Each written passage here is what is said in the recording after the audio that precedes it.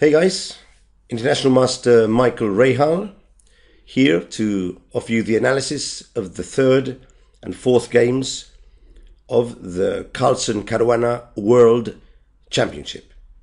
I'm signing in here from Galicia, the north of Spain, where I'm training currently some of the best Spanish cadet under-12 players in the World Under-12 Championship.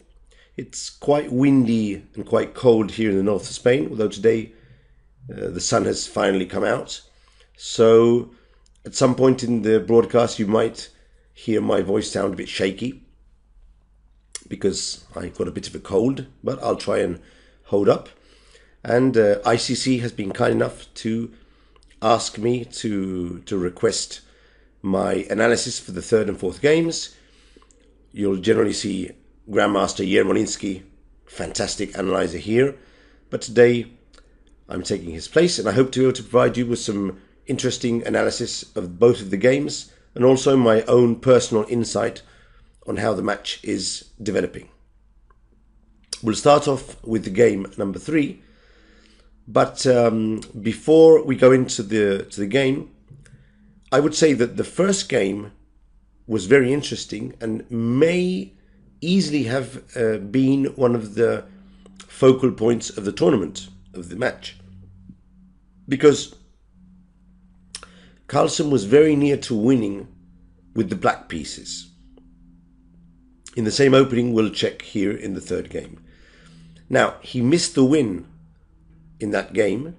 He was very close to winning, as I say, and in the second game it was a very close contest which ended in a draw.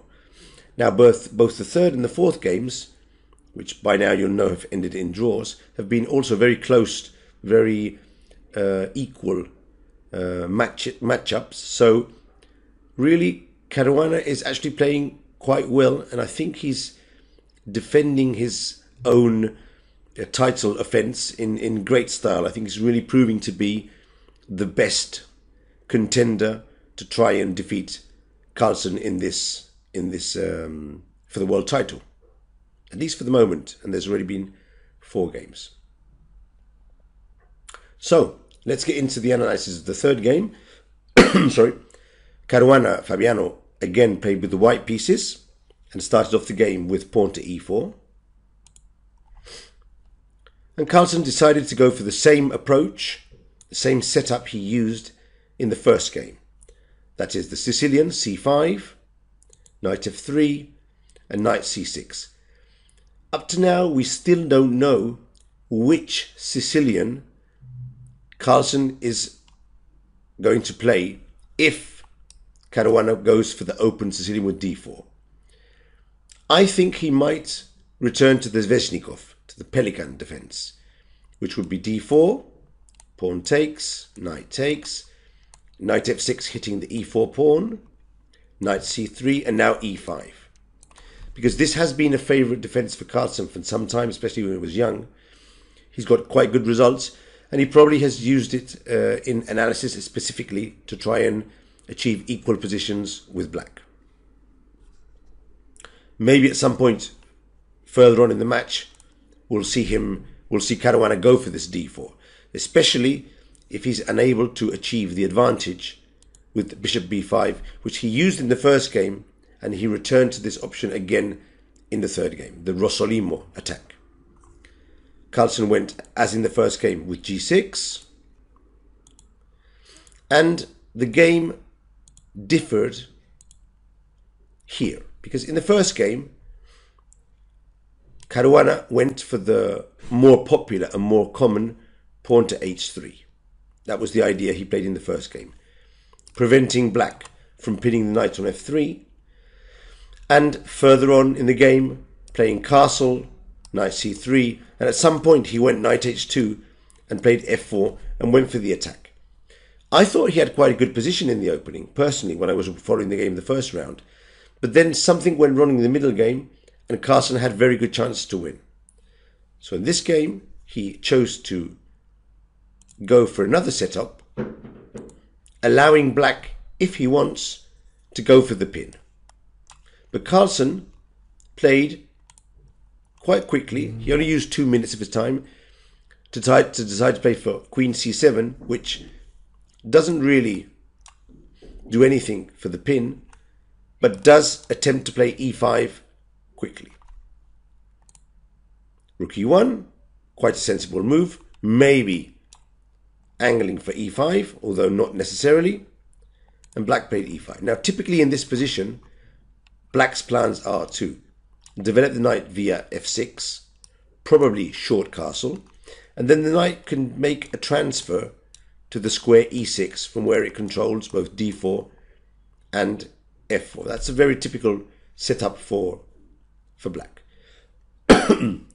White, on his hand, can go,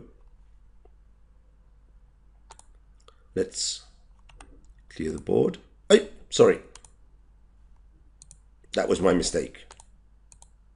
I wanted to clear the arrows, but I cleared the board. So let's just load the game again. No big deal. We'll open it up again, and we'll get it very quickly. Here we go. Let's pick it up again, the third game. There we go. We're back on track again. I'm sorry about that.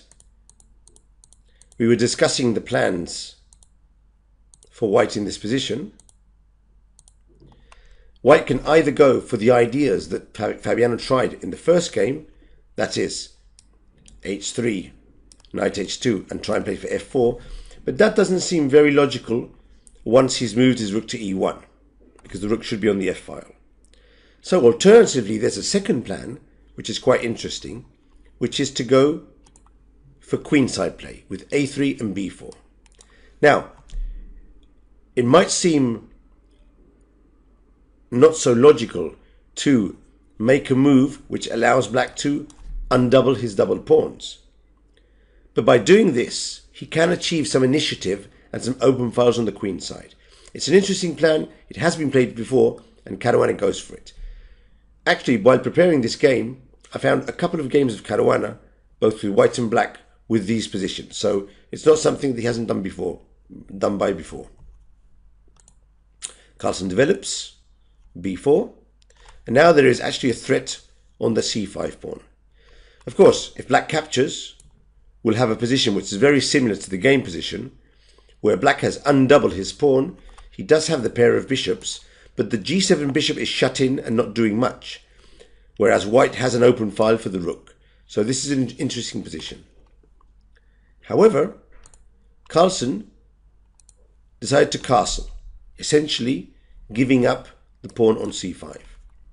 Now, I was wondering what would happen if Caruana, instead of playing knight D2, he had considered to capture the pawn on C5, because the pawn can be protected by bishop C3. Now, there are a couple of interesting moves for black here. One of them is queen A5, trying to hit the pawn, but that does leave the pawn on E5 slightly weak. The other interesting move, which I think is the move that Carlsen intended, was to go knight D7, hitting the pawn here. Now, the only good way to defend that pawn is to play bishop E3. But the bishop and the rook are now slightly misplaced here, especially the rook. And black can try and take advantage of that by playing F5 with the initiative and also going for F4. Now, I've analysed this position a bit, and I think black has good counter chances. So I suspect that Carlsen was going for this option. However, Caruana just played knight D2, developing, and black also developed the bishop, pinning the knight.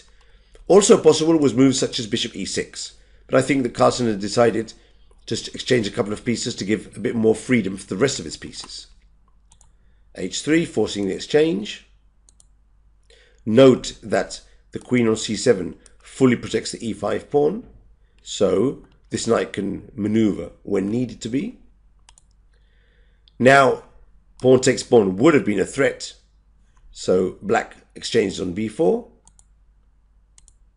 And very important, the move A5. Because, as you can see, let's say here black plays some normal developing move. Then white can get in bishop E3. Note that knight G4 is not possible because of the pawn on H3. And now there is some pressure against the A7 pawn. And if, for instance, A6 queen b1 followed by queen b3, rook b1, maybe at some point c4. White is getting a bit of initiative on the side of the board, on the queen side. And I think that that could lead to a rather annoying closed position for Carlsen, slightly passive. Maybe even knight d2, c4, combining with the bishop. So I don't think black wanted to play that position. Carlsen for sure didn't want to get that position.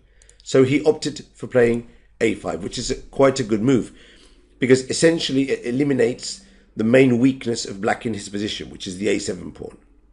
Now, after the exchanges, and the bishop attacks the rook, obviously rook takes rook, queen takes rook would still be slightly better for white. We're controlling the a file, the e5 pawn is attacked by two pieces, and the rook can come to b1, incrementing the pressure on the queen side. But Carlsen conveniently stopped that threat by just dropping back with the rook to a8 and maintaining sufficient control of the file.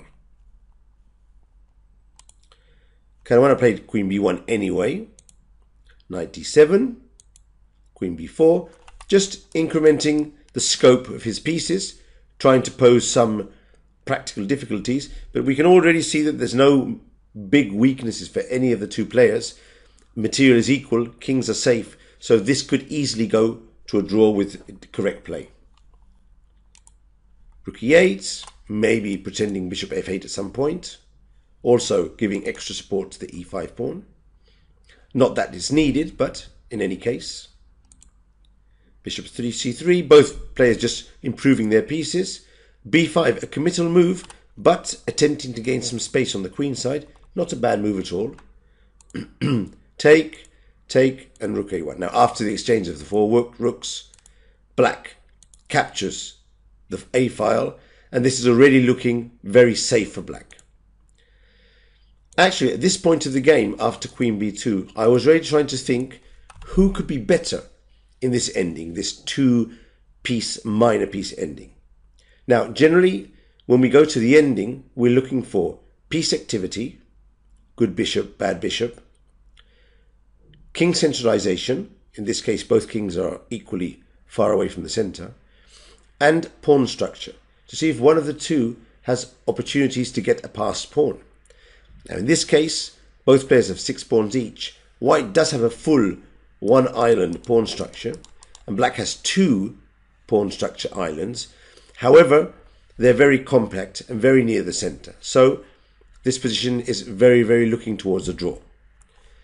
For example, using your imagination, let's put the c4 6 pawn on a6, just changing it one to the side, and automatically we have a position which might be slightly favorable for black because of his outside passed pawn. But in this structure, it seems very, very equal. I must say that white's bishop is slightly better than black's bishop, but I don't think that is relevant, and black can get more center with c5. So all in all, the position is equal, but I'd even say that black has a bit more playability to try and win, which is what Carlsen tries to do. f6 is a very good move, adding extra support to this pawn and preparing the king march towards the center. Both kings centralize. Black angles for knight a4, which would be a very good move. It would push this bishop back to a1, and Caruana prevents that with bishop c3. And now he drops back to e6. Now he's threatening knight to f4, a very dangerous move. So obviously Caruana stops that. However, by doing that, he's putting more pawns on the dark squares, which is the square of its bishop, which in general is not to be done in bishop endings. But the priority here was to prevent the knight to get to f4. Bishop f8, improving the bishop. Knight d2, knight g5, hitting the pawn on h3, again provoking the pawn to go to the dark square. See how Carlsen sensibly just goes back and forth, just suggesting moves, attacking smaller weaknesses, and trying to force a position where black's pawns could be a liability in an equal bishop endgame. However, this is still not enough for a win unless white makes a mistake. Caruana is going low on time, so Carlsen presses, pushes forward with his pieces, starts gaining space on the queen side. More or less around here, I thought that Carlsen might have a chance to win because there's still 7 moves to the control and Caruana only had 14 minutes left. But Caruana keeps his cool, and although black brings his queen towards the king side, the queen side, now he breaks open with f5. This is a typical castle move. He waits until there's 4 or 5 moves to the time control, where his opponent's under 10 minutes, and then plays a break on the other side of the board, trying to drum up some counterplay, and hopefully Caruana under pressure will crack and make a mistake.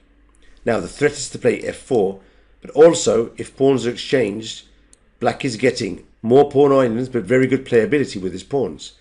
And I can even see at some point this bishop coming to attack these pawns at some point. So well played by Carlsen, but Caruana keeps his cool, just drops back with his king, doesn't change the structure. And here, pawn takes pawn is more or less equal. f4 is interesting, and pawn takes pawn would be a mistake, because now this pawn could easily become a weakness at some point. However, against f4, white should just drop back the bishop and try and hold this position. I've analysed g5, pawn takes pawn, knight takes pawn, again with the idea that if white at some point captures here, we now have an outside pass pawn. But even in this position, if white keeps his cool and plays bishop e1, white is holding. But I think this would be a better chance for Carlsen to try to win. Who knows what he was thinking? Maybe he saw some other idea. In any case, he captured an e4. He played c4, pushing back the knight and gaining the square c5 for his knight. Now he was thinking of putting the knight to d3, and that indeed would have been very dangerous. So Caruana swapped it off. Now against the attack on f2, he played king e2. And now basically Carlsen had prepared at some point to play b4 and have a c5 pawn. Maybe he thought that would be enough for a win. But Caruana kept his cool again, regrouped his knights, attacking the pawn. Now c3 would be just directly bad because of king d3, and now white would be winning, or at least trying to win. So Carlsen just improved his king, and now Caruana liquidated to an ending. And he did it in a very nice way. For now, just note that the h5 pawn will promote on a white square, and black has a dark squared bishop. Now, I'm sure many of you know, as good aficionados, good fans of chess that you are, that an h pawn with the wrong bishop is a draw. But there's 4 pawns left. But let's see how Carlsen and Caruana play this out. f4, pawn takes pawn, pawn takes pawn, bishop a5, threatening now one of these 2 moves, trying to pick up one of these pawns. But now look at this. f5, pawn takes pawn, and now you can test your endgame skills here by pausing the video and trying to think what was white's next move. Let's see if you get it right. Pause the video and give yourselves a couple of minutes.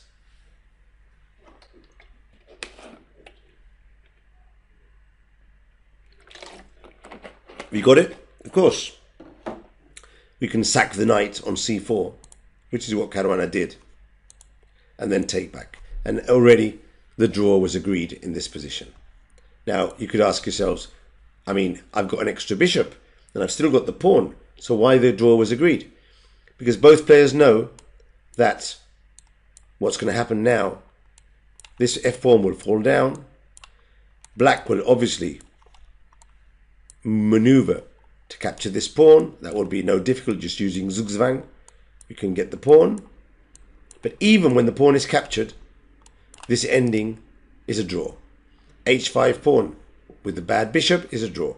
Now, most of you know this and really don't need me to show it to you. But I'm sure some of you out there would like to see the ending position. So let's do it. King h3, bishop e7, h4. Let's try and win and see what happens when we get to the key position. We get down to here. And now you can see that if we advance the pawn, it's stalemate. So, But we can't also play bishop c5 because, again, it's stalemate. So we don't have much moves. We can only move the bishop. We can check. But again, if we push the pawn, it's stalemate. So h-pawn with the bad bishop, draw. And that was the third game, which I hope you've enjoyed with my analysis, to try and get a better idea of what actually happened, not only on the board, but also from a psychological point of view. I've tried to go a bit into depth of what maybe both players were thinking during the game. That was the third game, but I've been asked to do the analysis of both the third and the fourth game, because today, when you see this video, it's the rest day. So let's get into the fourth game, again hoping you'll enjoy my analysis. The fourth game, Magnus Carlsen, the world champion, again with the white pieces. Let's see the game.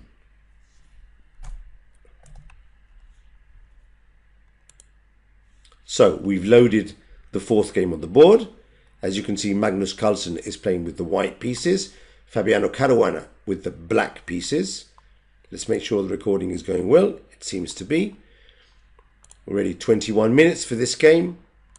Let's see if we can get a good 20-25 minutes in of analysis for the second game. Let's take a small break here to consider the more general aspects of the match. As I've been seeing, it seems to be quite popular in England. It's been playing in London, and both players seem to be in very good shape for this match. I think both of them were doing pre-match preparations in Spain. One of them, I think, was in the south of Spain, and the other one was in the Canary Islands. Funnily enough, yesterday, a video was published on Fabiano's YouTube channel, where you could see the pre-match preparations of the players and his coaches. Fabiano was coaching with Grandmaster Kirida, Grandmaster Ramirez, and Grandmaster Kazimdanov, all three of them in the St. Louis Chess Club. But the funny thing about the video that was released was that at some point there was a screenshot of Fabiano's computer, and you could clearly see all his preparation lines for the match. Now, as soon as the video was released, 2 or 3 minutes later, they saw that they'd published the preparations of Fabiano on the computer, and they deleted the video. But before that, a Norwegian journalist had done a screenshot of the preparations. So now there are photos of the computer of Fabiano with the preparations. Now, the funny thing is, and I'll leave this question for you, and you can answer me down here in the comment section of the ICC YouTube channel, is, was this done on purpose by Fabiano's camp to try and confuse the preparation of Carlsen in the match? Was this some sort of psychological warfare? Or was it just a mistake? They left the computer open and the video was recorded. I'll let all you... I've got my personal opinion, and I might give it to you in the next video. But for now, I'll pass the question over to you, see what you think. Okay, now let's go with the fourth game. Now, as I said before, Magnus Carlsen was paired with the white pieces, and he opened with the English defense. The English opening, sorry. Now, Magnus has been known to play e4, d4, and c4. In the second game, he chose a different approach. For this game, he went for the English opening, which I think is quite fitting, taking into account that the game is being played in London. Now, in these screenshots, you could clearly see that Caruana was very well prepared for the Queen's Gambit with the Aronian variation d4, d5, c4, e6, and bishop e7. And against e4, he was clearly prepared with variations of the Petrov defense. So, opening with c4 seems a reasonable choice for Carlsen based on this video. Knight e5, knight c3, knight f6, knight c3, knight c6. The four knights English, which, by the way, resembles a lot the Sicilian defense with combined colours, with adverse colours. Now, white does go for g6, which may suggest, and only may suggest, that Carlsen might be thinking of playing the accelerated dragon with black against the Sicilian in the open Sicilian. I told you before in the third game that he might be considering the Sveshnikov. But seeing that he plays here g3, that might be a suggestion that with black he's going to go for the accelerated dragon. And also his second, Peter Hein Nielsen, is a specialist in the dragon, in the accelerator. He's written a book about that. So we'll see if that comes to life later on in the game. Now, black has many ways of playing here. Bishop b4 is completely theory. The Rosolimo attack, inverted colours. Bishop e7, g6 is possible, d6. But the move d5 is very principled, and I'm not surprised, as Caruana loves to play for the centre. He loves playing for centre control. So now we actually have a Sicilian inverted colours, dragon variation. Bishop e7 is the other main line, but bishop c5 is more active. Castle, castle, and d3. Now, this is actually a dragon with inverted colours, one of the main lines of the classical dragon. It's considered to be unoffensive for black when he plays it with black, but here Magnus is playing it with white, so it's also unoffensive, although with an extra tempo. Black plays rook e8, protecting the pawn, very sensible. Bishop d2. And now a surprising move, knight takes c6, knight takes c3. Now in general, in general this capture would normally not be very dangerous. White could capture with the pawn and boast a very strong pawn centre. However, in this specific position, I'm sensing that b takes c3 might not be the best move. Black may have the option of playing e4 here, creating a weakness in white's pawn structure. I'm not sure if Fabiano would have gone for this move. It's impossible for me to know. But it does seem rather tempting. So, for that reason, or maybe for another reason, Carlsen captured back with the bishop, keeping a safe and sane pawn structure. Knight d4 is very principled. Here we can see how important it is for the rook to be protecting the e5 pawn. And now any exchange on d4 would give a good position for black with his two bishops and the open file. And actually I found a game of Michael Adams against Fabiano Caruana with this position played in London in 2017. Caruana won, so he probably knows what to do here. Sorry. The novelty of the game. Carlsen pushes for b4. Now, my first thought in this position was that black would drop back to b6. It's the normal move.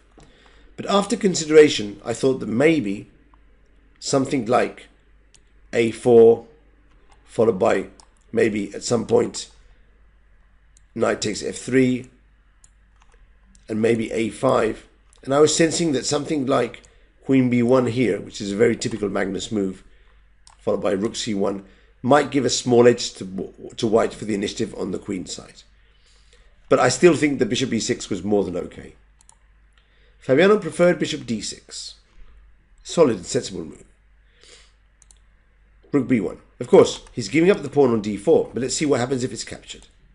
Take, take, take, and now black can recapture on b4. And this looks very equal to me. So, rook b1 now does threaten to capture on d4, because white protects the b4 pawn. So black swaps on f3. And now a very normal move here is to play c6 to shut off the bishop on f3. But that does allow for b5, creating some attack on the queen side. So for that reason, Fabiano just plays a6. He doesn't shut off the bishop as to yet. But now if b5 comes, he can attack the pawn on a2. So very good defensive play by Caruana. White played a4, and now c6 was played. And this is, in my opinion, the key position of the game. Why do I say that? Well, the reason I say that is because after the game, both players did a press conference with Grandmaster Daniel King as the presenter. And in the press conference, it was suggested to Carlsen that here, b5 could be a good attempt to try and fight for an advantage. And Carlsen agreed that if white wants to win this game, b5 was probably the best move, but he thought that there was no advantage there anyway. But it was the key move. After his move, rook e1, he thought that after bishop d7, already black was doing okay, and the game is equal, because b5 is more or less prevented. So I thought, let's check this b5 move and see if it really was a chance for the fight. Now, of course, there's several ways to play here, but I'm sensing that black would have gone pawn takes pawn, and now bishop d7. And I was analysing a bit this position here and trying to determine if white had enough advantage here to play for a win based on the semi-weak pawn on c6. Now, computer gives white advantage of 0.20, 0.25 here, which is basically not enough for a win. Now, could Carlsen press this position for a win? Maybe. Now, he's obviously not going to lose this position, but is it enough for a win? I think not. With correct play, this should be a draw. But in any case, I'm leaving this question up to you. Do you think b5 was a better try? Give me your opinion down the bottom underneath the video. Now, Carlsen played rook e1, but look at the times. Here, he had 82 minutes, and after rook e1, he's left with 63 minutes. So basically, he spent nearly 20 minutes pondering the pros and cons of b5, and he rejected the move. So obviously, he did give it a big think. Bishop d7, e3, just developing, queen f6, hitting the bishop, which at some point could be vulnerable. So white plays bishop e4, bishop f5, and now we're playing very forcing moves, queen f3, and now there's a mass liquidation to an endgame. Now, after the game, Carlsen was also asked about this position, so thinking that maybe with black's broken up king side, he might have the advantage. But he was very quick in saying that although Caruana's king side is broken up, he really doesn't have the advantage here, because after the very precise b5, a very precise move by Caruana, the b4 pawn will be permanently weak and subject to attack. So that's the compensation of black's weak king side. Now, we can't lose this pawn, and a5 would be bad because of c5, and already black has a passed pawn. So, Carlsen opted for playing rook to d1, hitting the bishop. Now the bishop just drops back to f8, pawn takes pawn, pawn takes pawn. And this, for me, is the key position.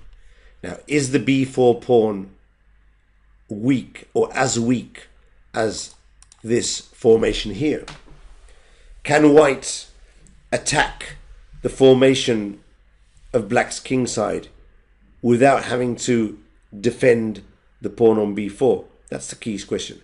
And both Caruana and Carlsen established in the press conference that this position is approximately equal. Of course, white can play to try and get some control of the white squares with the king, but also black couldn't get his pawn to h5 and put his king on g6. There could be an entrance on the 7th, but black is also going to attack the pawn on b4. So the position is approximately balanced, and both players played correctly to the draw. Let's see how this went. King g2, rook d8, nullifying the pressure on the d file. Rook c1, trying to keep some unbalance in the game, maybe hitting the c6 pawn at some point. King g7, bishop e1, maintaining the defense of b4, but hitting the pawn on c6, which was duly defended. Rook c2, maybe threatening to double, but rook a4 gets that out of your head. Now, any doubling here would not be correct, because after the swaps... Now, I'm not saying that white should lose this game, but, I mean, is there really any reason to go into a rook ending with equal pawns and leave your opponent with a passed b4 pawn? No. And even though this might be a draw, it's not sensible to do this. So, white just keeps improving his position. Black tries to swap off this pawn, which is a good decision to get his weak pawns away. Improves his king. Now h4 would be met with g4. So black swaps off his other pawn. Also, I'm seeing now that h5 does have the ability of controlling the g4 square, which does somewhat prevent white from playing g4 and black not getting to swap off his weak pawn. But of course, if white does play g4, he can't get his king there either, so it probably wasn't essential. Now, after swapping off the weak f pawn, things are already looking more like a draw. Now, e4 is a positional threat here because it leaves black with the white pawns with his dark square bishop, and we already saw in the previous game that could have been a problem. So f3 is very sensible, trying to get one of these two pawns in. As you can see, both players are trying to situate their pawns on the color of the squares opposite of their own bishop to keep the most playability for the bishop. King e6, bishop d2, bishop d6, rook c1 with a peaceful draw offer. Now the pawn on c6 is protected, is attacked, sorry. Now here there are two possibilities. King d7 is the ultra safe move. Protect the pawn, hit this one. When the rook goes back, we improve our king and a threefold reposition. That's one option. Now the other option would be to capture now here.